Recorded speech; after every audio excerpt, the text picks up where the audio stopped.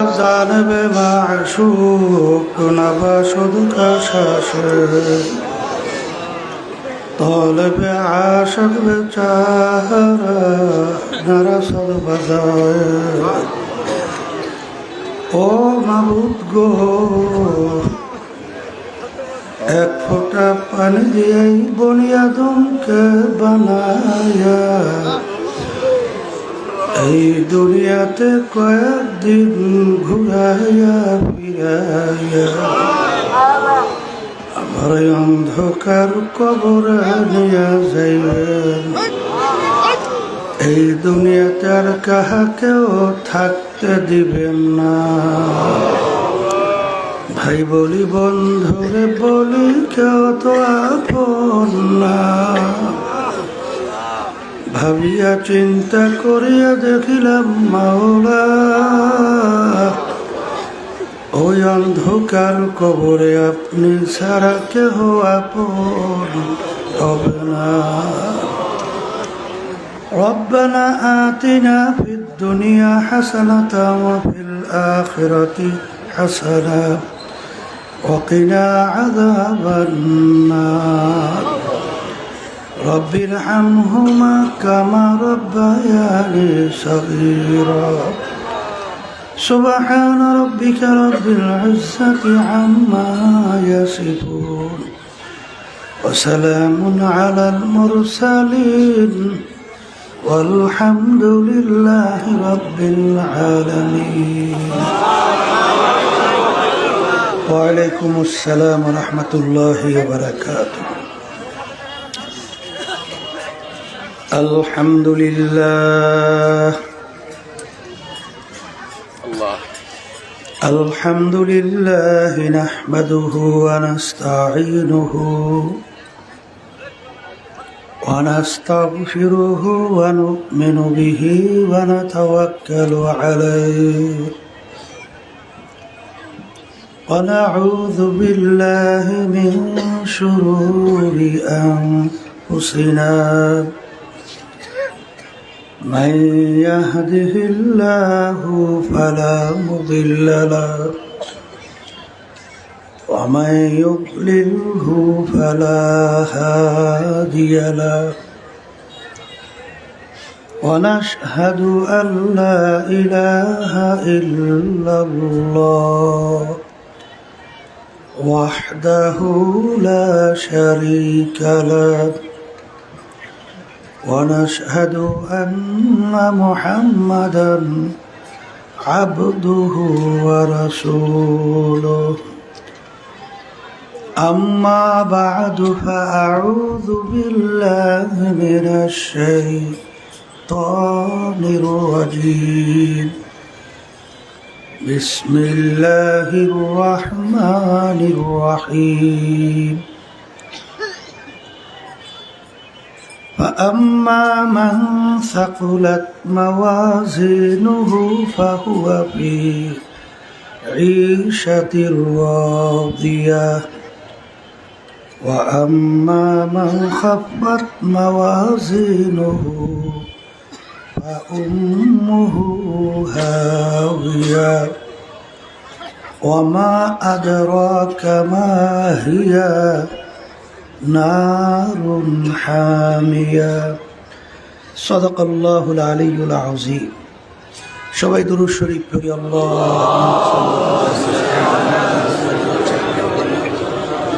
وحبيبنا ومولانا محمد صلى الله عليه وعلى آله وأصحابه وبارك وسلم اللهم صل على سيدنا ونبينا شفيعنا وحبيبنا ومولانا محمد صلى الله عليه وعلى آله وأصحابه وبارك وسلم اللهم صل على سيدنا ونبينا شفيعنا وحبيبنا ومولانا محمد صلى الله عليه وعلى آله وأصحابه وبارك وسلم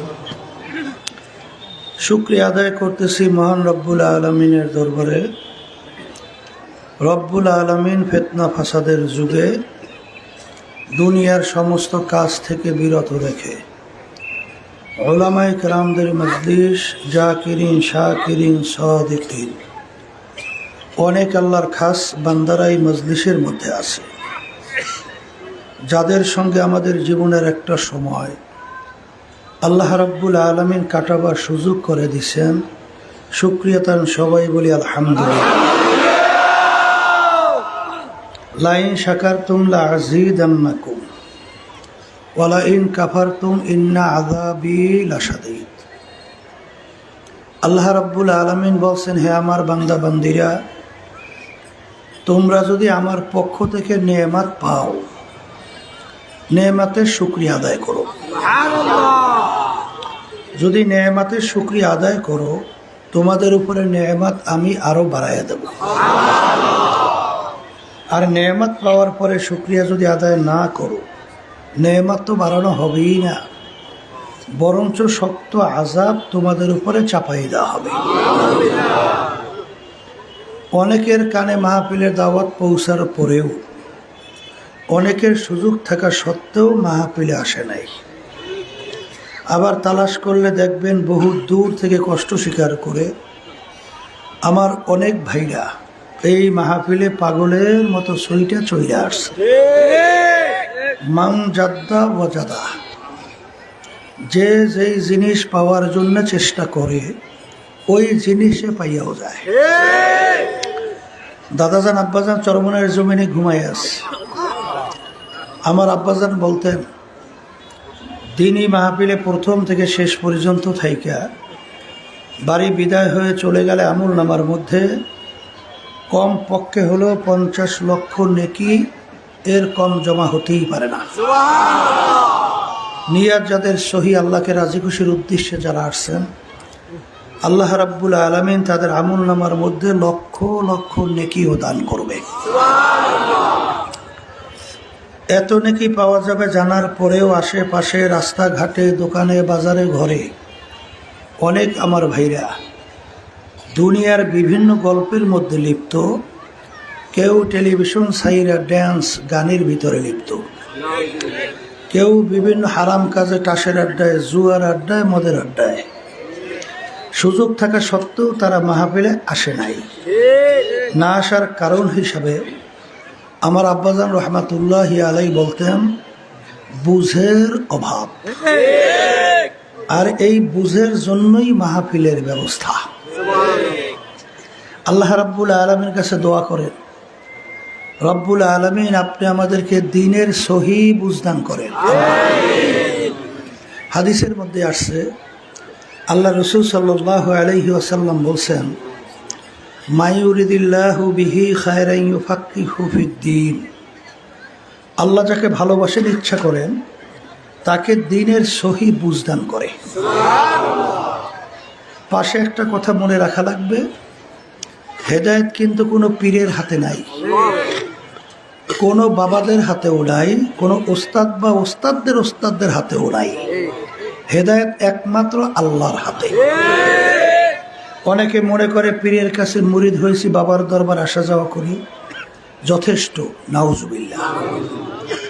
পীর বা বাবা আমাকে নাজাত করে জান্নাতের ব্যবস্থা করবে, নাউজুবিল্লাহ।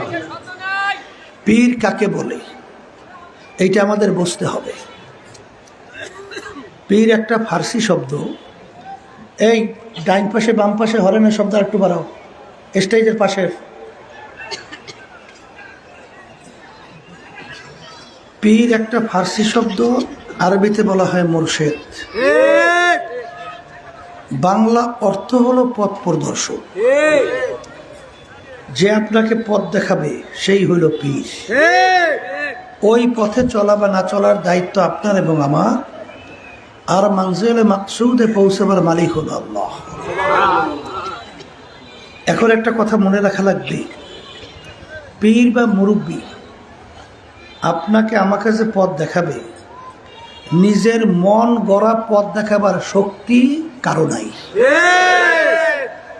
কারণ আল্লাহ রাসূল সাল্লাল্লাহু আলাইহি ওয়াসাল্লাম 1500 বছর আগে সাহাবায়ে কেরামদেরকে বলে গেছিলেন, তারাকতু ফিকুম আমরাইন, লান তাদিল্লু মা তামাসসাকতুম বিহিমা কিতাবাল্লাহ ওয়া সুন্নাত রাসূলি।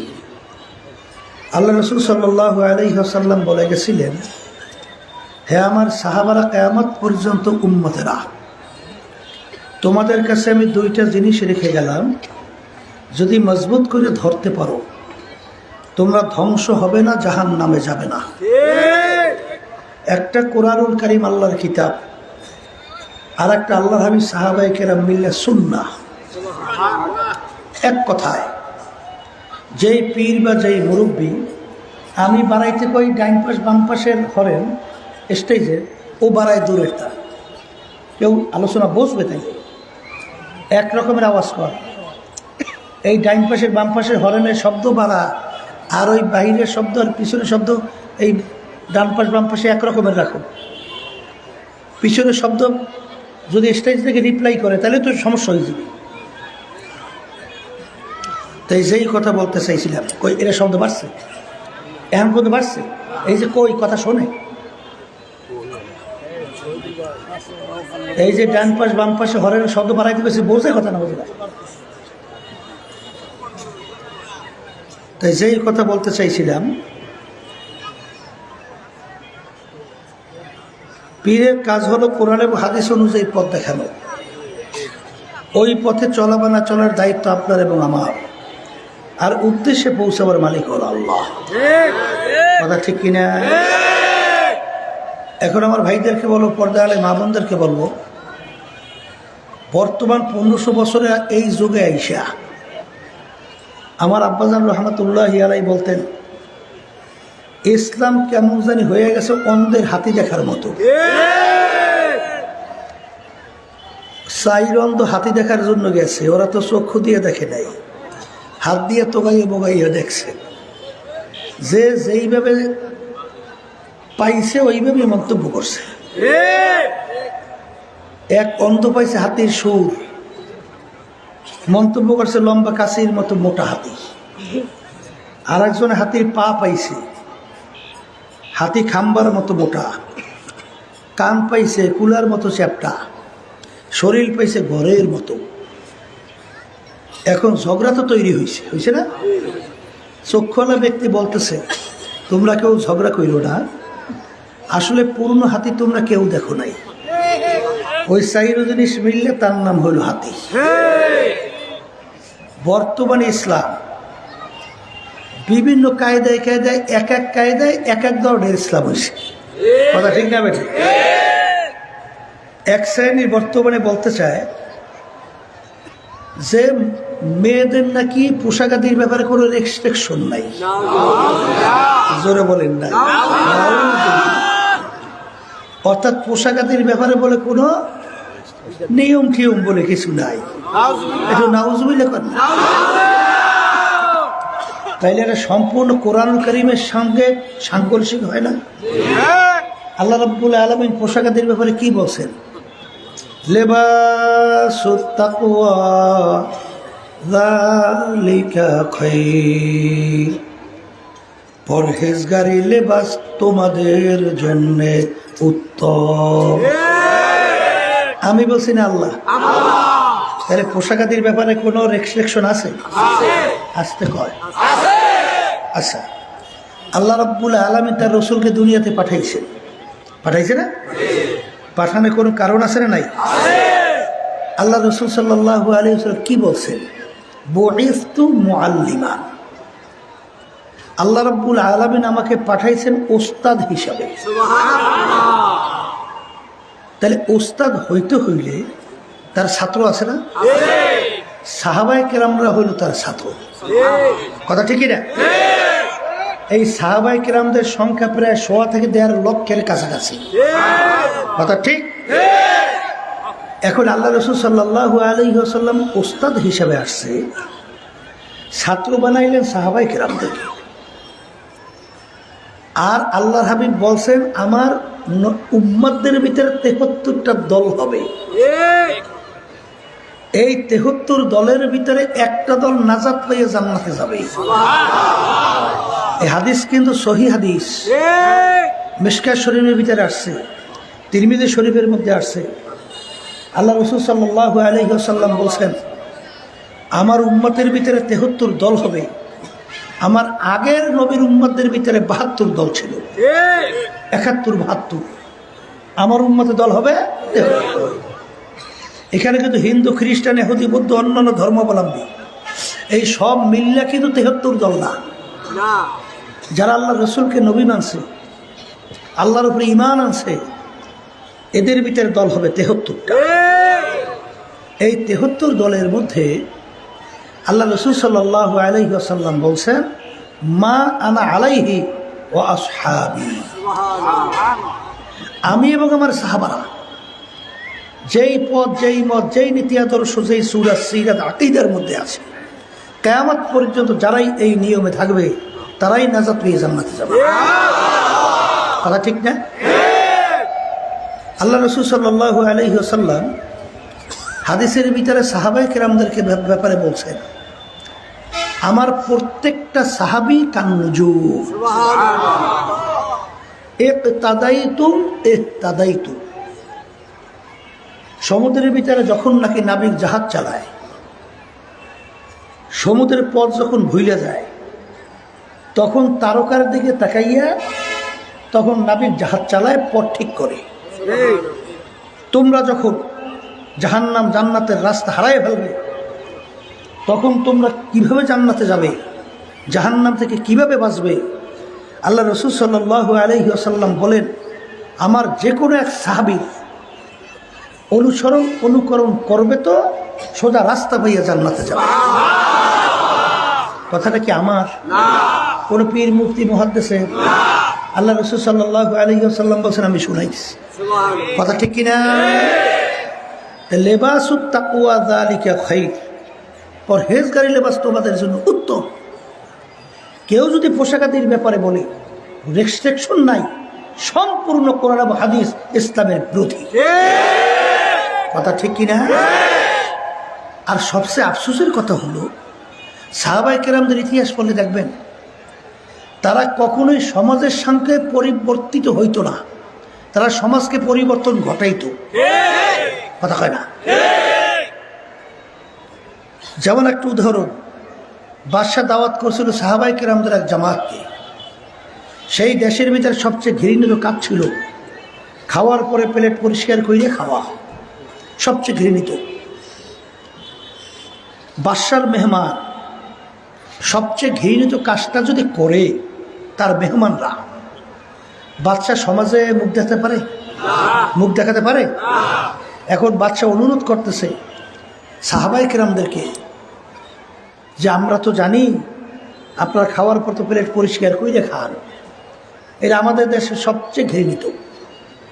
আজকে আমার সম্মানের জন্যে আপনারা এই কাজটা কইলেন না। সাহাবায়ে কেরামদের জামাত কি উত্তর দিছিল? হে বাদশাহ, আজকে আমরা তোমার মেহমান হব, আর আল্লাহ হাবিব সাল্লাল্লাহু আলাইহি ওয়াসাল্লাম একটা সুন্নাত ছেড়ে দেব। বাদশাহ জেনে রাখো, হুঁশ থাকতে, জীবন থাকতে কোনোদিন সম্ভব না। এই ছিল সাহাবায়ে কেরামদের সাফ সাফ উত্তর। কথা ঠিক না ভাই? গ্রামে একটা কথা আছে না, একটা লোকের শখ জাগছে, একটা বাঘ অঙ্কন করবে। বাঘ আছে না, অনেকে হাতের ভিতরে বিভিন্ন কায়দা অঙ্কন করে, ওরও শখ জাগছে, একটু হাতের ভিতরে বাঘ অঙ্কন করবে। এখন যারা অঙ্কন করে তাদের কাছে যাইয়ে বলতেছে, ভাই আমাকে একটা বাঘ আঁকিয়ে দাও। এই নাউজুবিল্লাহ না? এখন গেছে, এখন অঙ্কন করার জন্যে যখন নাকি ফোঁটা ফোঁটা দেওয়া শুরু করছে, তখন ও তো ব্যথা পায়। ব্যথা পায় না? কল ভাই থামো তো, কি আঁকতেছ? কলে বাঘের মাথা। কলে ভাই বাঘটা থাকবে হাতের মধ্যে, ওর মাথা না থাকলে হবে কি? আর একটা অঙ্কন করো। এখন পেট আঁকা শুরু করছে, পেট। আবার তো ব্যথা ভাই, ভাই থামো তো, কি করো? বাঘের পেট। কলে ভাই বাঘটা থাকবে হাতের মধ্যে, ওর পেটটা থাকলে হবে কি? ও তো আর খাইবে লইবে না, তাই পেটও বাঘ। এখন যেটা আঁকে সেইটাই ঝামেলা।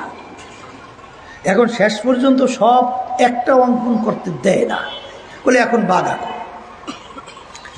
এখন যে বাঘ অঙ্কন করবে সে বলতেছে, ভাই যেই বাঘের মাথা নাই, পেট নাই, লেজ নাই, পা নাই, ও বাঘ তো আমি তো দূরের কথা, আমার বাপ তো দূরের কথা, 14 গোষ্ঠীও দেখে নাই। যেই বাঘের পাও নাই, পেট নাই, মাথা নেই, এরকম কেমন বাঘ আমি দেখিনি। এই বাঘ আমি অঙ্কন করতে জানি না। তা আমরা ইসলাম বলবো, তোমার 3.5 হাত বডির ভিতরে ইসলাম থাকবে না, এই ইসলাম আমরা দেখি নেই, শুনিও নাই, বাপের বর্ষ শুনি নেই। টুপির মধ্যে ইসলাম নাই, মাথার মধ্যে ইসলাম নাই, দাড়ির মধ্যে ইসলাম নাই, শরীরের মধ্যে ইসলাম নাই, অমুক জায়গায় ইসলাম নেই। ইসলাম আছে কোন জায়গায়? পর্দার মধ্যে ইসলাম নাই, আছে কোন জায়গায় ইসলাম না? হ্যাঁ, আমি আবার বাজানদেরকে বলবো, ভালো করে বুঝে শূন্য কবরে রওনা করতে হবে। কবরে কিন্তু কোনো দলাদলি নাই। কবরে যদি কেউ পরিচয় দেয় আমি সর্বনাশ মুড়ি, এই পরিচয় কাজ হবে? আমি অমুক দলের লোক, কাজ হবে? মা আতাকুমুর রাসূলু ফাখুযুহু ওয়া মা নাহাকুম আনহু ফান্তাহু। আল্লাহ রাসূল সাল্লাল্লাহু আলাইহি ওয়াসাল্লাম যাহা কিছু নিয়ে আসছেন, আল্লাহ বলেন পুরাপুরি আঁকড়াইয়ে ধরো, যার থেকে নিষেধ করছেন পুরাপুরি ছাড়ো। কথা ঠিক কিনা? কিছু মানবেন খ্রিস্টানদের স্টাইল, কিছু মানবেন ইহুদিদের কালচার, কিছু মানবেন ওই বিজাতিদের সংস্কৃতি। ইসলাম শেখায় নাই। কথা ঠিক কিনা? আমি আমার ভাইদেরকে বলো, পর্দা আলে মা বোনরা যারা শুনতেছেন, সাহাবাই কেরামদের ব্যাপারে আল্লাহ রসুল বলেন, ইকতাদাইতু ইহতাদাইতু, যে কোনো এক সাহাবীর অনুকরণ করবে, জান্নাতের রাস্তা পাইয়া জান্নাতে চলে যাবে। না ভুল বলছি? এখন সাহাবাই কেরামদের আমল, সাহাবাই কেরামদের কাজ কিয়ামত পর্যন্ত সিলসিলাওয়ারি ধারাবাহিক চলতে থাকবে। নবী তো আর আসবে না, আসবে? আর অনেকে কিন্তু বর্তমানে ইমাম লইও ঝামেলা করে, ইমাম ইমাম বলে, ইমাম মানা লাগে না। আছে না নাই? কি মানা লাগে? ছাত্র ওস্তাদের কাছে পড়তে যায় নাই, ঘরে শুয়ে শুয়ে পেট ডলতে ডলতে MA ক্লাসের সার্টিফিকেট পাইছে না? ওরে সর্বজনা বিভিন্ন ডক্টরের ডিগ্রি, MBBS, FRCS, এবার মাস্টার ডিগ্রি, অমুক টমুক সবুক, ওর সার্টিফিকেট ওর সাথে তাদের কাছেও যায় নাই। কি কথা কান কোনোদিন পাওয়া যায়? এসব আজলেবি কথা না, কথা কন না কা? ইমাম তো মুরব্বী, কথা ঠিক না ঠিক? বর্তমানে একদল বের হয়েছে আহলে হাদিস। আসলে আহলে হাদিস তো না, আহারে হাদিস। আহলে হাদিস যদি বলে তাহলে কোরআন বাদ হয়ে যায় না? তোমরা যদি আহলে হাদিস হও তাহলে আহলে কোরআন কারা? বর্তমানে একদল বেরিয়েছে, তারা শুরু করছে আমরা আহলে কোরআন। জানেন কিছু? জানেন তো? শোনেন নাই? আহলে কোরআন বেরিয়েছে। শোনেন, বর্তমানে আহলে হাদিস বিশেষ করিয়া আমি জোরে বলা নিয়া আর হাত বাঁধা নিয়ে বেশি ঝামেলা করে। হাত বুকের বাঁধতে হবে আর আমি জোরে বলতে হবে, তাইলে ইসলাম পাকাপাকি, তাইলে কাজ হয়ে গেছে। কথা ঠিক না ঠিক? আমি আর বাজানদেরকে বলবো, শোনেন, বুকের ভিতরে হাত বাঁধা এ হাদিস সহি। হাদিস কি সহি?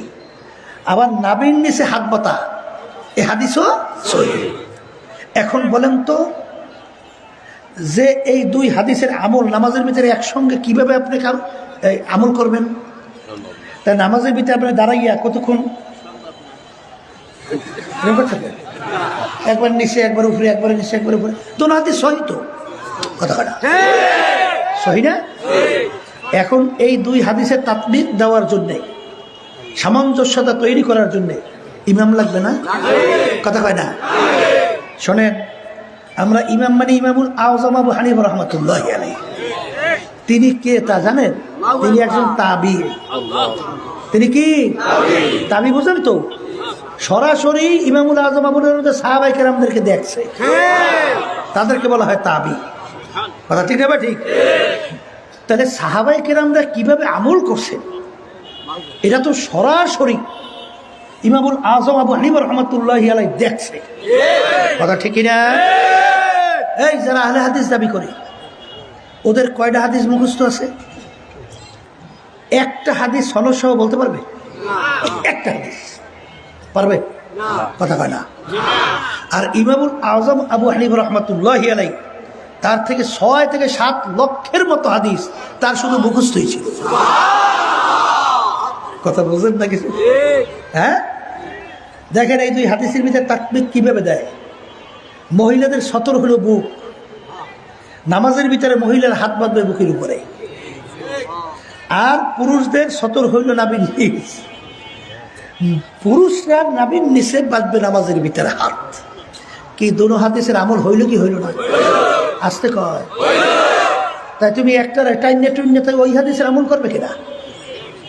যদি খালি বুকের হাদিসই বলো তাহলে ওই নাভির নিচে হাদিস আমল করে কি? কথা ঠিক না? এই জন্য আমার বাজানদেরকে বলবো, শোনে, তারা খালি বলে বুখারী শরীফ বুখারী শরীফ। দেখবেন পকেটের ভিতরে অনেকের ওই কয়েক পাতার বুখারী শরীফ। তা আমরা দেখছেন কয়েক পাতার বুখারী শরীফ?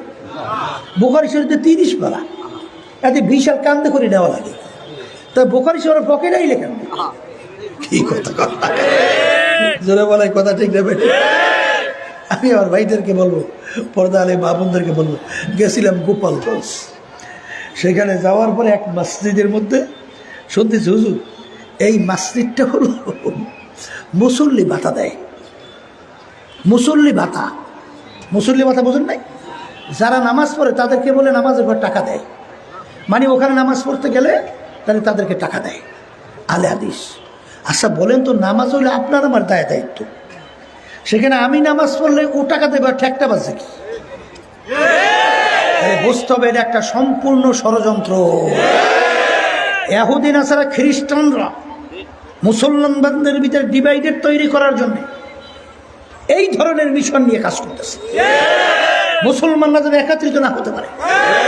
কথা বুঝছেন না? বোঝেন নাই? তারপর তো স্বাভাবিক ব্যাপারই আছে। এই আল্লাহর বান্দারা, নফস আপনার মধ্যে আমার মধ্যে আছে না? এই মেয়েদের সঙ্গে আড্ডা মারতে, তাদের সঙ্গে ডলারি করতে, এই এটা আপনার মন চায়, আমার মন চায় না? কথা কয় না? আমার মেয়েরা ছেলেদের সঙ্গে আড্ডা মারতে মন চায় না? আবার এই চিত্ত বিনোদন, এই যে গান বাজনাই বিভিন্ন ধরনের যে চিত্ত বিনোদন যে আছে, এই আনন্দ ফুর্তি আপনার মন চায়, আমার মন চায় না? কথা কয় না? এখন যদি কেউ ফতুয়া দিতে পারে যে অসুবিধা নেই, মেয়েদের সঙ্গে আড্ডা মারা, ওই গান বাজনা বেহাইপনা এর সবই করতে পারবা, আবার বেহেশতেও যেতে পারবা। ছবিটা কি দেখেন, ওই রাস্তা কেউ ছাড়ে? সবই করা যাইবে, গোসু খাওয়া যাইবে, শুধু খাওয়া যাইবে, আবার চিত্ত বিনোদন সব করা যাইবে।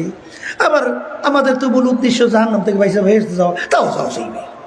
অসুবিধা কি?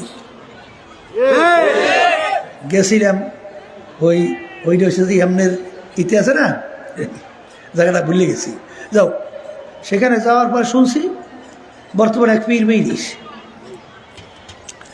হ্যাঁ মুরিদের কারবার হইল মরার পরে পীরের বলে একটা সাজরানামা কি লেখা আছে, ওইটা বলে কাফনের ভিতরে ঢুকেই দেয়, ওইটাই বলে যথেষ্ট,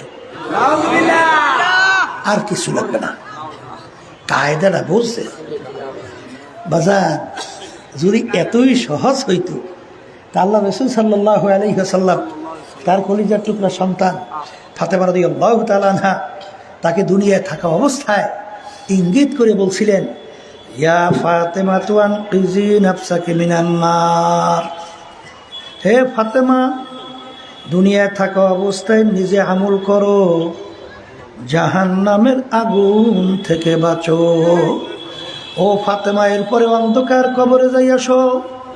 ফাতেমা যদি কবরেই পরিচয় দাও আমি আখিরি জামানার নবীর মেয়ে, আল্লাহ রাসূল সাল্লাল্লাহু আলাইহি ওয়াসাল্লাম বলেন, ফাতেমা রে, এই পরিচয় কবরে কোনো কাজ হবে না। এ আল্লাহর বান্দারা, পর্দা আলে মা বোনেরা, আল্লাহ রাসূল সাল্লাল্লাহু আলাইহি ওয়াসাল্লাম যদি তার মেয়ের ব্যাপারে এই সতর্ক বাণী তিনি উল্লেখ করতে পারে, তাহলে এখন চিন্তা ভাবনা করে কবরে যাওয়া লাগবে না? আসতে কয় তো, ঠিক না ঠিক? যেরকম ইচ্ছে সেরকম চইলেই কি নাজাত পেয়ে জান্নাতে যাওয়া যায়? এই রাজানা মিন জিহাদিল আসগর ইলা জিহাদিল আকবার। আল্লাহর হাবিব সাল্লাল্লাহু আলাইহি ওয়াসাল্লাম এক যুদ্ধের ময়দান থেকে আসার পরে সাহাবায়ে কেরামদেরকে বলেন, হে আমার সাহাবারা, ছোট যুদ্ধের থেকে বড় যুদ্ধের দিকে রওনা করলাম। সাহাবায়ে কেরাম বলেন, হে আল্লাহর রাসূল, এর চেয়ে আবার বড় যুদ্ধ কোনটা? এখন মাত্র আমরা যুদ্ধ করলাম, আমাদের অনেক লোক শাহাদাত বরণ করছে, ওদেরকেও অনেককে দুনিয়া থেকে বিদায় নিয়ে জাহান্নামে পাঠিয়ে দিলাম। হুজুরের চেয়ে আবার বড় যুদ্ধ কোনটা? আল্লাহ নবী সাল্লাল্লাহু আলাইহি ওয়াসাল্লাম বলেন, হে আমার সাহাবারা, নফসের সঙ্গে জিহাদ করা এর চেয়ে বড় যুদ্ধ। সবাই বলি সুবহানাল্লাহ। এই জন্য কিতাবের ভিতরে আসছে, মান আরাফা নাফসাহু ফাকাদ আরাফা রাব্বা। যে নিজের নফসের পরিচয় লাভ করতে পারছে, সেই আমার মালিকের পরিচয় লাভ করতে পারছে। এ কবরের যাত্রীরা, নফস কিন্তু তিন প্রকার। এক নম্বর নফস হলো নফসে আম্মারা, এটা কিন্তু কোরআনুল কারীমের ভিতরে আছে। কির ভিতরে আছে? কথা কয় না? আরেকটা নফসের নাম হলো নফসে লাওয়ামা, আর একটা নফসে মুতমাইন্না। নফসে আম্মারা কাকে বলে? সব সময় গুনাহ করতে ভালো লাগে, নেকের কাজ ভালো লাগে না। এই নফস হইল নফসে আম্মারা। এই নফসের নাম কি? নফসে আম্মারা। এই দুনিয়ায় থাকা অবস্থা আপনি নিজেই পরীক্ষা করে দেখতে পারবেন আপনার নফসটা কোন নফস। কথা ঠিক না ঠিক? মুজাহাদার মাধ্যমে, কোরআনুল কারীম তেলাওয়াতের মাধ্যমে, মৌতের মুরাকাবার মাধ্যমে, জিকির আজকারের মাধ্যমে এই নফস পরিবর্তন ঘইটা এক পর্যায়ে নফসটা নফসে লাওয়ামায় পরিণত হইয়া যায়। নফসে লাওয়ামা কাকে বলে? গুনাহ করার সময় চুপ থাকে, গুনাহ হওয়ার পর ভিতরে আফসোস তৈরি হয়, এই গুনাহটা আমি কেন করলাম। এই নফসটা কোন নফস? হ্যাঁ, আর একটা নফসের নাম হলো নফসে মুতমাইন্না। বাজার নফসে মুতমাইন্না কাকে বলে? গুনার কাজ ছাড়তে পারে, নেকের কাজ করতে পারে। বলেন, নেক করতে পারে, গুনাহ ছাড়তে পারে। বলেন, নেক কাজ করতে পারে, গুনার কাজ ছাড়তে পারে। এই নফসটা কোন নফস? বলেন, নফসে কথা ঠিক কিনা? হে কবরের যাত্রীরা, যারা বেহেশতে যাইতে চান, জাহান্নাম থেকে বাঁচতে চান, আপনার নফস যদি নফসে মুতমাইন্না না পৌঁছাইতে পারে, আমার মালিক যখন কিয়ামতের ময়দানে ডাক দেবে, ইয়া আইয়াতুহান নাফসুল মুতমাইন্না ইরজিই ইলা রাব্বিকি রাদিয়াতাম মারদিয়া ফাদখুলি ফি ইবাদি ওয়াদখুলি জান্নাতি। এটা কি আমি কোরআন শরীফ আয়াত শুনাইছি না অন্য কিছু? আসতে কয়।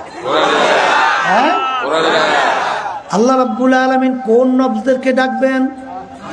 বলেন, নফসে মুতমাইন্নার দলদেরকে। বলেন, আবার বলে, ইয়া আইয়াতুহান নাফসুল মুতমাইন্না ইরজিই ইলা রাব্বিকি রাদিয়াতাম মারদিয়া ফাদখুলি ফি ইবাদি ওয়াদখুলি জান্নাতি।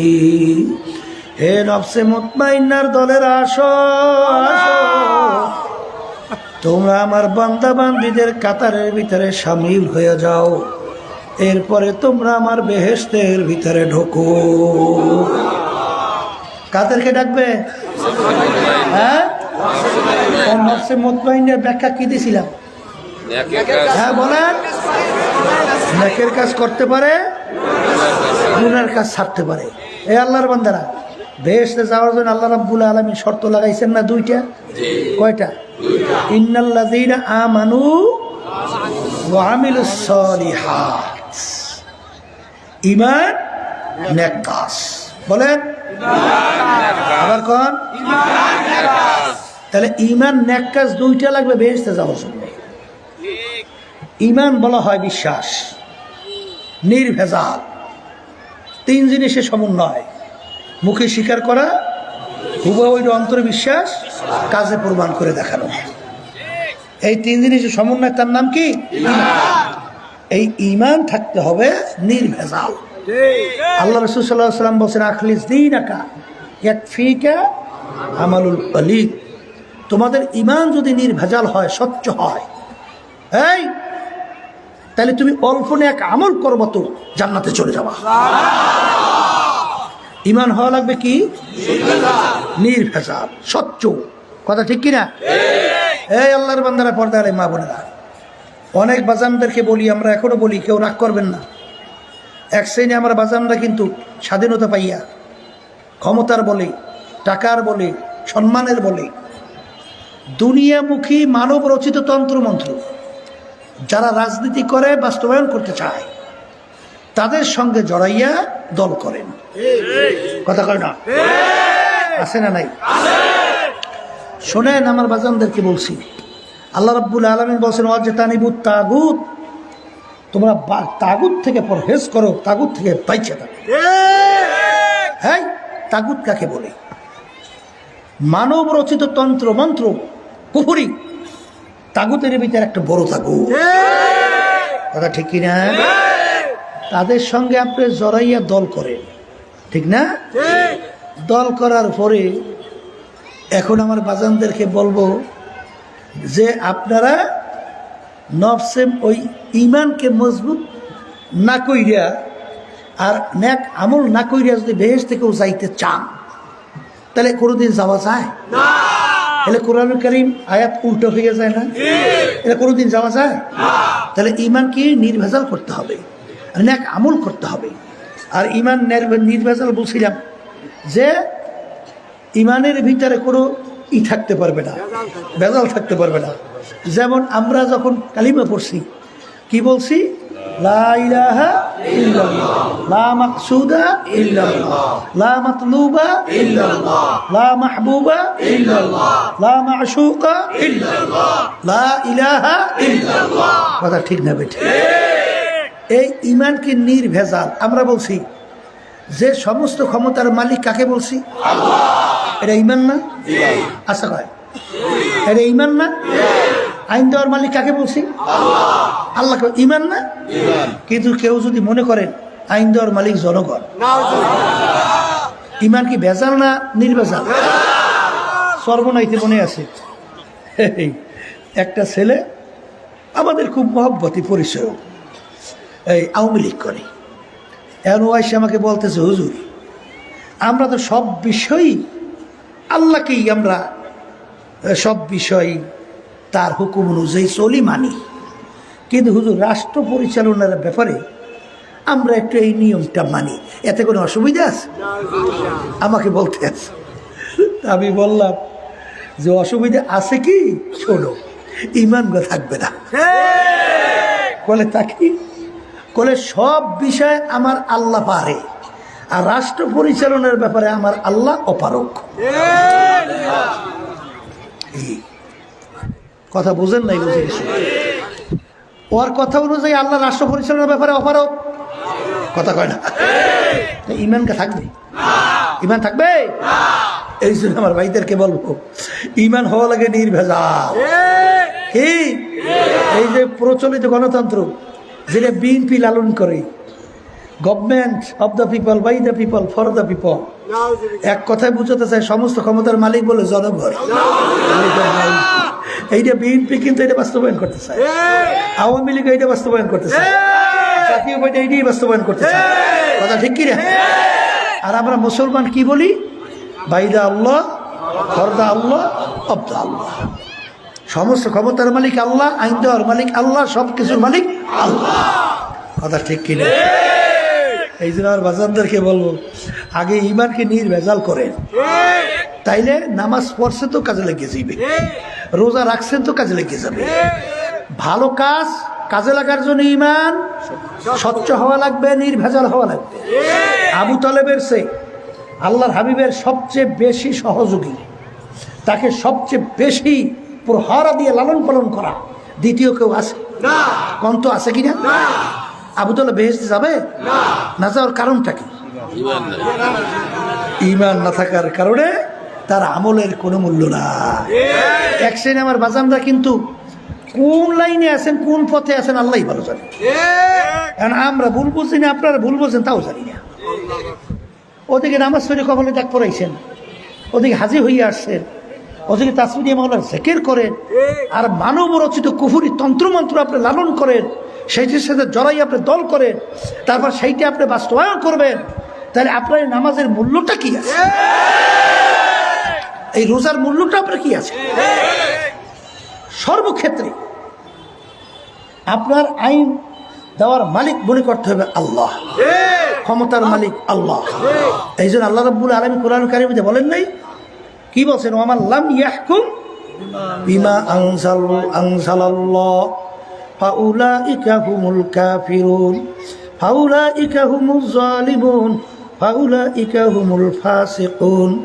যারা আমার নীতি আদর্শ অনুযায়ী রাষ্ট্র পরিচালনা করবে না, ওরা কাফের, ওরা জালেম, ওরা ফাসিক। অনেকে যখন নাকি অনেকের মনের বিরুদ্ধে কথা হয়, তখনই আমাদের উপর রাগ হয়ে যায়। কথা ঠিক নেই বেঠিক? আচ্ছা, আমি যে এই আয়াত শুনলাম, এই আয়াতটা কি আমার না কোনো মোল্লা মৌলবী আলেমের মুফতি? এটা কি আয়াত ঠিক আছে কিনা, অর্থ ঠিক আছে কিনা, বলছে কে? আল্লাহ বললে তুমি রাগারাগি করলে আল্লাহর সঙ্গে করতে পারো না? হ্যাঁ, আমাদের সঙ্গে রাগ করে, নালে বলো হুজুর ভুল বলছে। নাউজুবিল্লাহ, আমরা ভুল বলছি? এই আলেমদের দায়িত্ব কি? হ্যাঁ, আল উলামা ওয়ারাসাতুল আম্বিয়া, উলামায়ে কেরাম হলো আমার নবীর প্রতিনিধি। নবী কিন্তু নাই, কোনোদিন আসবে না। কিয়ামত পর্যন্ত আল্লাহর হাবিব সাল্লাল্লাহু আলাইহি ওয়াসাল্লাম যা কিছু নিয়ে আসছেন, কিয়ামত পর্যন্ত উলামায়ে কেরাম সেইটা সবাই কাছে দাওয়াত পৌঁছাইতে থাকবে। এই জন্য দেখবেন উলামায়ে কেরাম বলেন, ওমা আলাইনা ইল্লাল বালাগ, আমাদের দায়িত্ব কর্তব্য তোমাদের কাছে পৌঁছানো, মানো বা না মানো এটা বুঝবা তোমরা মালিকের সঙ্গে। এ আল্লাহর বান্দারা, পর্দা আলে মা বোনেরা, ইমানকে মজবুত করা লাগবে, নেক আমল করা লাগবে। বাজান, নেক আমল কাকে বলে? সবসময় মনে রাখেন, প্রত্যেক নামাজের ভিতরে আমরা পড়ি ইহদিনাস সিরাতাল মুস্তাকিম। হে আমার মালিক, আপনি আমাকে সিরাতাল মুস্তাকিম দেখান, সিরাতাল মুস্তাকিমে চালান। সিরাতাল মুস্তাকিম কোনটা? আল্লাহ রাব্বুল আলামিন বলেন, সিরাতাল্লাযীনা আন'আমতা আলাইহিম, যেই পথে চলার পরে আপনার পক্ষ থেকে যাদের উপরে নেয়ামত বর্ষিত হয়েছিল তাদের পথে আমাদেরকে চালান। কাদের উপরে আল্লাহর নেয়ামত বর্ষিত হয়েছিল? অন্য আয়াতের ভিতরে আল্লাহ রাব্বুল আলামিন তাদের পরিচয় দেয়, মিনান নাবিয়িনা ওয়াস সিদ্দিকিনা ওয়াস শুহাদাই ওয়াস সালিহিন ওয়া হাসুনা উলাইকা রফিকা। নবীদের পথ, সিদ্দিকিনদের পথ, শুহাদায়ে কেরামদের পথ, কিয়ামত পর্যন্ত তাদের ধারাবাহিকতায় আল্লাহওয়ালা দিনদার তাদের পথ। জোরে বলে কথা ঠিক কিনা? এখন বাজানদেরকে বলবো, নবীদের আমল, সিদ্দিকিনদের আমল, আমল মানে কাজ, আমল মানে এই সাহাব শুহাদায়ে কেরামদের আমল, নেককার পরহেজগার, কিয়ামত পর্যন্ত তাদের ধারাবাহিকতা আমল। এই কাজ হইল নেক কাজ। জোরে বলেন কথা ঠিক দেবে? ঠিক। মন চাইলে যে কোনো আমল করলে কিন্তু নেক আমলের ভিতরে পড়বে না। এই জন্য আমার ভাইদেরকে বলবো, পর্দা আলে মা বোনদেরকে বলবো, নেক আমল বাড়াও, ইমানকে মজবুত করো, তারপর দুনিয়া থেকে বিদায় নিয়ে কবরে রওনা করো। আমি প্রথম তোমাদের সামনে আয়াত শরীফ তেলাওয়াত করছিলাম। আল্লাহ রাব্বুল আলামিন কিয়ামতের ময়দানে প্রত্যেকটা মানুষের আমলনামা দাড়ি পাল্লায় দিয়া ওজন দেবে। আল্লাহ রাব্বুল আলামিন বলেন, যাদের নেকির পাল্লা ভারী হবে, গুনার পাল্লা হালকা হবে, তাদের জন্য আমি ঘোষণা করলাম বেহেশত। আল্লাহ আপনি আমার জন্য, আমাদের সবার জন্য কবুল করে নিন।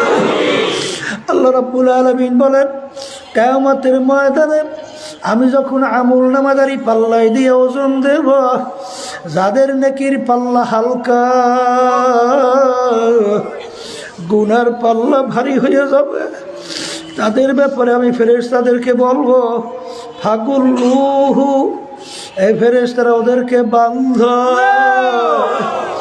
মিওয়ারাইহিম জাহান্নাম, এরপর ওদেরকে আমার শাস্তির জায়গা জাহান্নামের মধ্যে ফিকে ফিকে ফালাইয়া দাও। এই জন্য আমার ভাইদেরকে বলবো, পর্দা আলে মা বোনদেরকে বলবো, বাজান সাহাবায়ে কিরামদের আমল, বাজান নেক আমল কোনটা বোঝা লাগবে, সেই অনুযায়ী নেক আমল বাড়াইতে হবে। অনেকে বলেন, হুজুর আমরা তো আলেম না, বুঝি না। আসলে কিন্তু বোঝে, কিন্তু ওই যে নফসের খোরাক কেউ পায়, আবার বেহেশতেও যায়, এই জন্য বোঝে না। বলেন কথা ঠিক কিনা? কিন্তু যখন বাজারে যায়, বাজারে যাওয়ার পরে মাছ কেনার সময় ইলিশ মাছটা গালি উঠাইয়া দেখে ইলিশ মাছটা পচা না ভালো। চাউল কেনার সময় মুখের ভিতরে দিয়া চিবাইয়া দেখে চাউল নরম না শক্ত। নাকের কাছে ঘেরান নিয়ে দেখে ভালো না মন্দ। তৈল করার সময় হাতের ভিতরে ডলা দিয়ে ঘেরান নিয়ে দেখে তৈলের ঘেরান 1 নম্বর না 2 নম্বর। হে দুনিয়াদার পাগল আমার বাবারা, দুনিয়ার ব্যাপারে খুব চালাক। কই তোমাকে তো ধোকা দিয়া কেউ টাকা নিতে পারে নাই, তোমাকে ধোকা দিয়া তো তোমাকে দুনিয়ার বিভিন্ন সম্পদ নষ্ট করতে পারে নাই।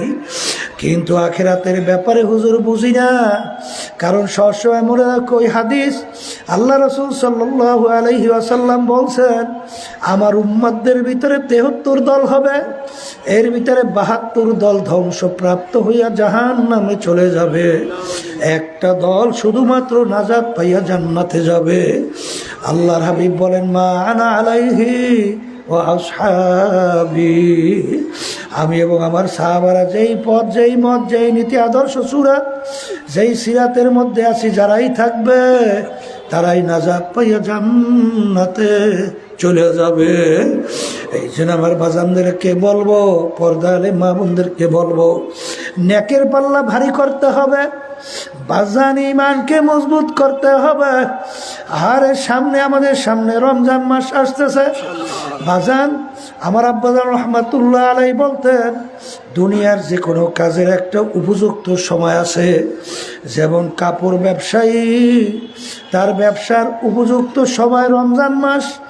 বাজান যারা খেতে খামারে ফসল করে, তাদের কিন্তু ফসলের কিন্তু একটা মৌসুম আছে না নাই? বাজান সমুদ্রে নদীতে মাছ ধরে, তাও কিন্তু মাছ ধরা একটা জোবা আছে না নাই? কিন্তু বাজানদেরকে বলবো, যারা নেক আমল বাড়াইতে চাও, গুনার থেকে বাঁচতে চাও, ইমানকে মজবুত করতে চাও, বাজান নেক আমল বাড়াবার একটা মৌসুম বাজান রমজান মাস।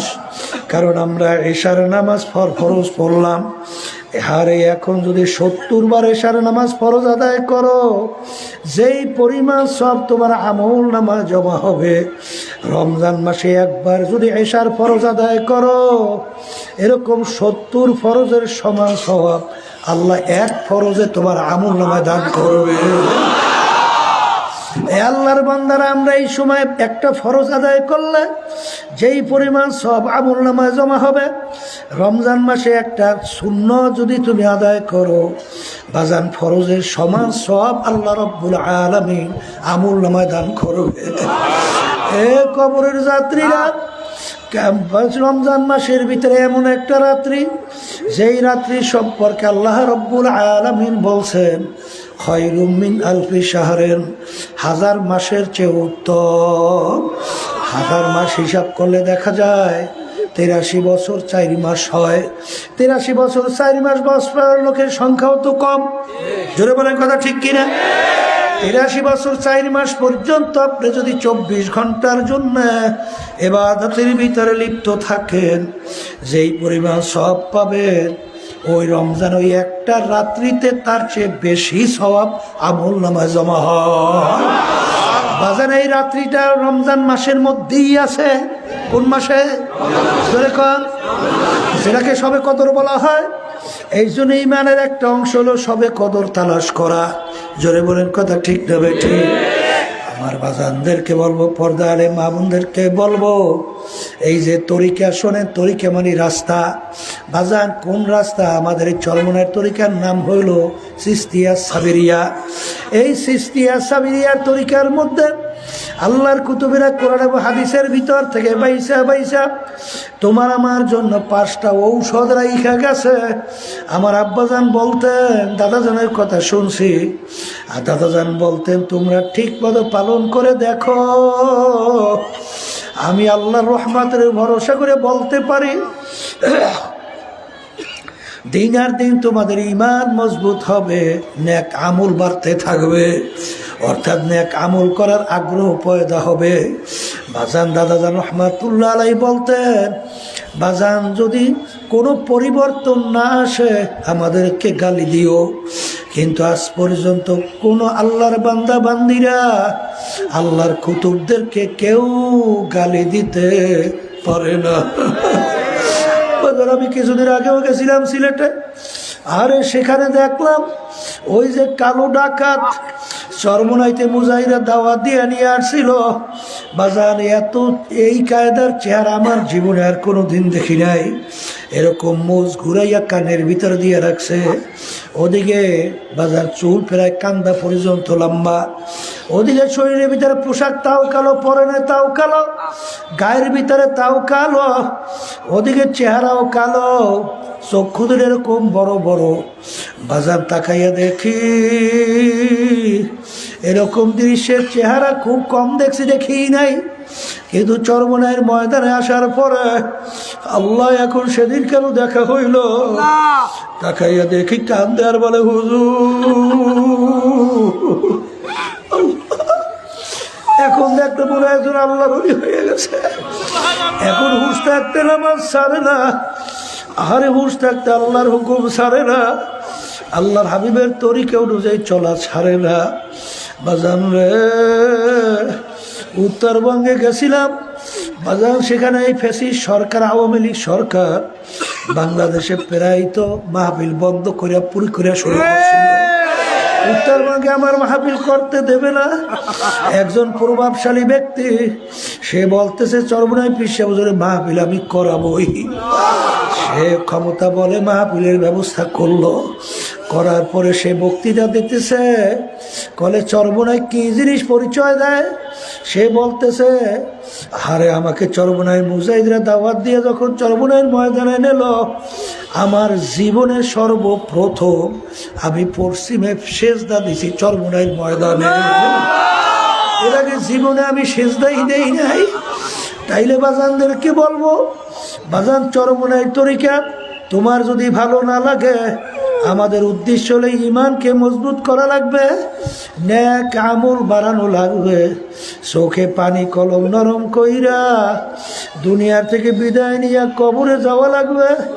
কারণ দুনিয়ার যে কোনো কাজের ভিতরে একবার নয় 5 বার যদি ঠগ, আবার ওই কাজের ভিতরে চেষ্টা করলে জিতবার আশা করা যায়। কিন্তু এই কবরের যাত্রীরা একবার যদি কেউ কবরে যাইয়া ঠই গেল, আর দ্বিতীয়বার দুনিয়াতে এসে আপিল কইরা জিতবার কিন্তু আর আশা নাই। এ দুনিয়াদার পাগল আমার বাবারা, হাকিকত সে দুনিয়া মে খবর হ্যায়, দুনিয়া কি নুমাইশ পর নজর হ্যায়। হে দুনিয়াদার বাবারা, হে ধনী আমার বাবারা, হে ক্ষমতা সম্পন্ন আমার বাবারা, ভালো করে মনকে বুঝাও, তারপর দুনিয়া থেকে বিদায় নিয়ে কবরে রওনা দাও। দুনিয়া কিন্তু কিছু না রে বাজার, আখারে তামাম দুনিয়ার মোট 4 জন লোক রাজত্ব করছিল, 2 জন মুসলমান, 2 জন অন্য জাতি। 2 জন মুসলমানের ভিতরে একজন বাদশা সিকান্দার বা ইস্কান্দার বাদশাহ, তিনি ইন্তেকালের আগে ওসিয়াত করছিল, আমার মৌতের পরে গোসল করাইয়া, কাপড় পরাইয়া, খাটের ভিতরে উঠাইয়া, হাত ধরে একটু বাহিরে রাইখা শহর ঘুরাইয়া তারপর আমাকে দাফন কইর। বাজান তিনি দুনিয়ার থেকে বিদায় হওয়ার পরে আরে গোসল করাইয়া, কাপড় পরাইয়া, খাটের ভিতরে উঠাইয়া, হাত দুইটা বাহিরে রেখে শহরের ভিতরে ঘুরায়। যারা বোঝে না তারা বলে, দেখছ বাদশাহ জীবন আমাদের থেকে খাজনা এবং ট্যাক্স নিল, এখন মরার পরেও কেমন হাত পাইতে আছে, মনে হয় যেন খাজনা এবং ট্যাক্স চায়।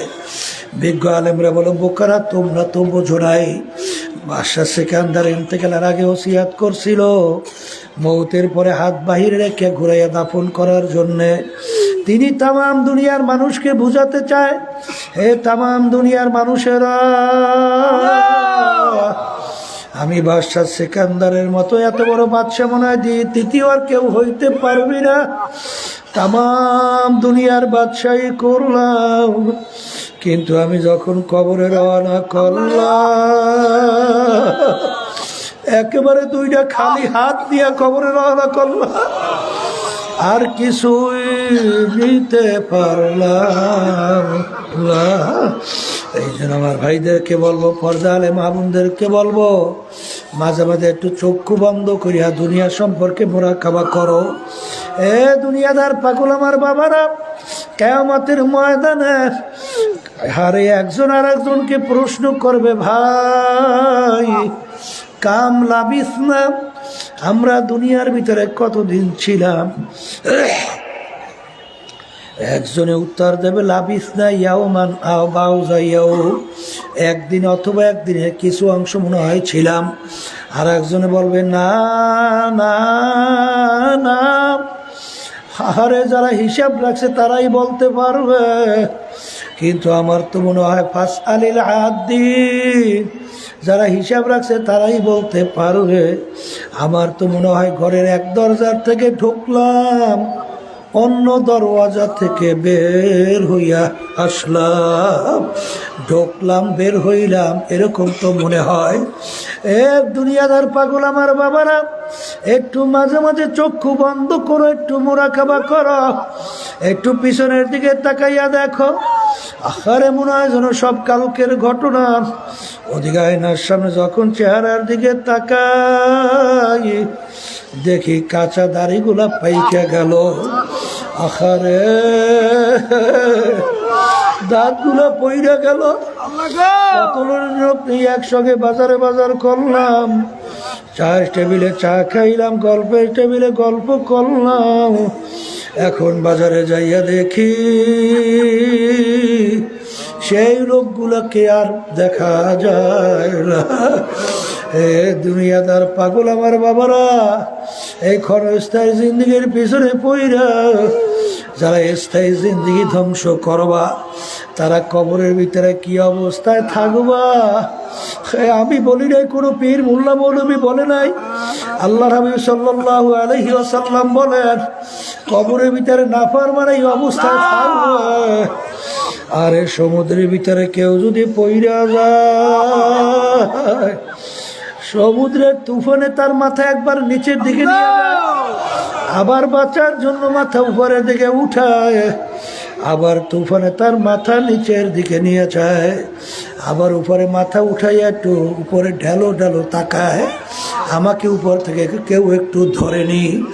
ওই ব্যক্তি সমুদ্রের ভিতরে যে মুসিবতের মধ্যে আছে, ঠিক না ফারমান কবরের ভিতরে এরকম অবস্থায় থাকবে।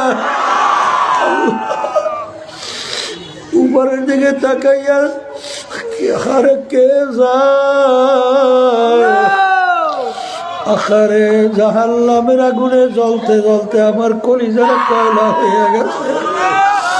আমার জন্য একটু দোয়া করো। আরে আমি আযাব সহ্য করতে পারি না, কেউ শুনবেও না, আর তার জন্য মায়াও কাঁদবে না।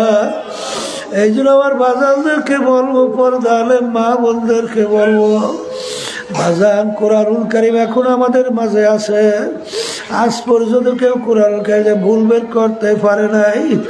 বাজানরা কোরআনুল কারীম কিন্তু সত্য, আর কোরআনুল কারীম অনুযায়ী যদি ঠিক মতো 5 ওয়াক্ত নামাজ না পড়ো, বাজান রমজানে ঠিক মতো রোজা যদি না রাখো, দুনিয়ার পরে হজ যাকাত যদি আদায় না করো, বাজান পর্দা আল্লাহর হুকুম ফরজ যদি পর্দা না করো, আর হারাম থেকে যদি না বাঁচো, আমার মালিক তোমার জন্য যে জাহান্নামের আযাবের ঘোষণা দিছে, ওই 1 সেকেন্ড আযাব সহ্য করার শক্তি দুনিয়ার কোনো মানুষের নাই। এই ক্ষেত্রে যে আমার আব্বাজান রহমাতুল্লাহি আলাইহি বলতেন, বাজান যেই মামলার তদবির নাই, ওই মামলারও কিন্তু খালাস নাই। এ দুনিয়াদার পাগল আমার বাবারা, মুসলমান বলতেই কিন্তু মন চায় গুনার থেকে ফেরবে, নেকের কাজ করবে, ইমানকে মজবুত করে চোখে পানি কলম নরম করে কবরে যাবে, কিন্তু শয়তান এবং নফস তোমার আমার পিছনে শত্রু হিসেবে লাইগা আছে। এই শয়তান এবং নফসের ধোঁকার থেকে বাঁচার জন্য আমার মালিক তোমাকে আমাকে হুকুম করছেন, ওয়াকুনু মা'আস সাদিকিন, তোমরা সাদিকিন বান্দাদের সঙ্গী হইয়া যাও। এই জন্য আমার ভাইদেরকে বলবা, পর্দা আলে মা বোনদেরকে বলবো, আমার মালিক যখন মাহফিলে নিয়ে আসছে, আমার মালিক বড় মায়ার মালিক, আমার মালিক বড় দয়ার মালিক। দুনিয়ায় যদি বাপ মার সঙ্গে কঠিন কঠিন অন্যায় করো, আসার অনেক সময় বাপ মা ত্যায্য পুত্র করিয়া ঘর থেকে বের করে দেয়, অনেক সময় বন্ধু বন্ধুকে মাইরা ফেলায়, অনেক সময় দল দলের নেতা নেত্রী দলের লোকদেরকে মাইরা ফেলায়। কিন্তু আমার মালিক কত দয়ার মালিক, আমার মালিকের সমস্ত নেয়ামত ভোগ কইরা তুমি আর আমি দুনিয়ার ভিতরে বাইচে আছি, আমার মালিকের হুকুম না মাইনা যেদিকে ইচ্ছা সেদিকে চলছো, যেরকম ইচ্ছা সেরকম করছো, কিন্তু আমার মালিক তোমাকে আমাকে তার জমিন থেকে ভাগাইয়া দেয় নাই। বরঞ্চ আমার মালিক ডাক দিয়ে বলে, বান্দা বান্দিয়া, তোর যদি পাহাড় পরিমাণও গুনাহ হইয়া থাকে, তুই যদি খালেস তওবা করতে পারো, দিলটাকে ভাইগা 2 চোখের পানি ছাইরা আমার কাছে মাপ চাওয়ার মতো চাইতে পারো, আমি তোর জীবনের সব গুনাহ মাফ করব। তাই না, তোর গুনাহকে আমি নেকের দ্বারা পরিবর্তন কইরা দেব। এই জন্য আমার বাজানদেরকে বলবো, আমার মালিক তো বান্দাবান্দির দিলের দিকে তাকিয়ে থাকে। ইন্নাল্লাহা লা ইয়ানজুরু ইলা সুওয়ারিকুম ওয়া আমালিকুম ওয়ালাকিন ইয়ানজুরু ইলা নিয়াতিকুম ওয়া কুলুবিকুম, আও কামা ক্বালা আলাইহিস সালাতু ওয়াস সালাম।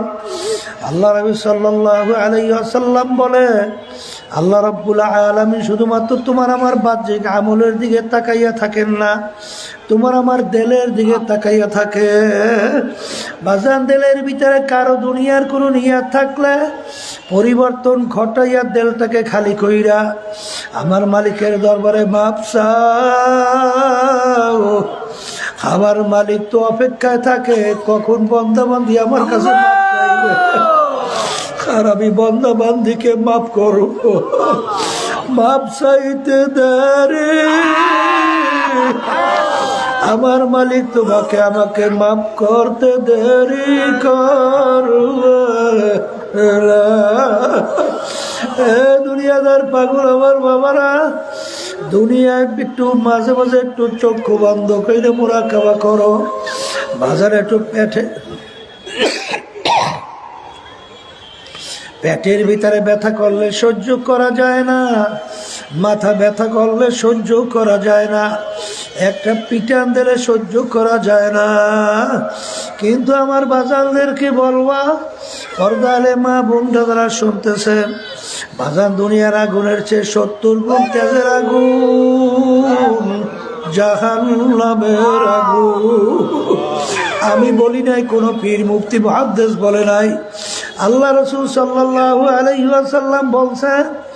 আমরা শুধুমাত্র শুনাই, দুনিয়ার আগুনের চেয়ে 70 গুণ তেজের আগুন, জাহান্নামের আগুন। ওই আগুন কত বড় ভয়াবহ, কত তেজি, আল্লাহ রাব্বুল আলামিন কোরআনুল কারীমের ভিতরে বলছেন, নারুল্লাহিল মুকাদাতুল্লাতী তাত্তালিউ আফিদা। এমন তেজের শরীরে যে কোনো জায়গায় লাগার সঙ্গে সঙ্গে ওই আগুন যাইয়া কলিজা পর্যন্ত পৌঁছা যাবে। আল্লাহ আপনি আমাকে আমাদের সবাইকে মাফ করিয়া দেন, আল্লাহুম্মা আমিন। হে ঘরের মেয়ে লোকেরা হাত উঠা, ওনার কথা মনে করো, দু চোখের পানি ফালা, আমার মালিকের দরবারে কান্দ আর মাপ চাও। যদি কান্না না আসে মনকে বুঝো রে মন, একদিন এই ঘরের দরজা দিয়ে নতুন বউ হয়ে উঠছিল রে মন। কত মেয়ে লোককে শরবত খাওয়াইল, কত মেয়ে লোককে বাতাস করলো। আবার এমন একটা দিন আসবে, এই ঘরের দরজা দিয়া মরা লাশ হইয়া বের হবা। ছেলে কানবে মামা করে, মেয়ে কানবে মামা করে, তো আর দিবা না। আল্লাহ পেটে মাঠের দিকে চাইয়া দেখে আপনার বান্দারা কিভাবে কান্দে। আমাদের ছেলেও মরে নাই, মেয়েও মরে নাই, গুনাহ করে বসি, মাফ করে দেন গো মাওলা, মাফ করে দেন। আল্লাহ আমরা যারা হাত তুলছে জানি না এই উপস্থিতির ভিতরে কার আম্মা, কার আব্বা, কার দাদা দাদু, নানা আত্মীয় স্বজন ওই অন্ধকার কবরে শুয়ে আমাদের দিকে চাইয়া রয়েছে। মালিক আমরা দোয়া করলাম, তাদের কবরকে বেহেশতের বাগান বানায় দেন। হে আল্লাহ, আল্লাহ মাহফিলকে আপনি হেদায়েতের জরিয়া বানায়া দিয়ে। সুবহান রাব্বিকা রাব্বিল ইজ্জাতি আম্মা ইয়াসিফুন ওয়া সালামুন আলাল মুরসালিন ওয়ালহামদুলিল্লাহি রাব্বিল আলামিন।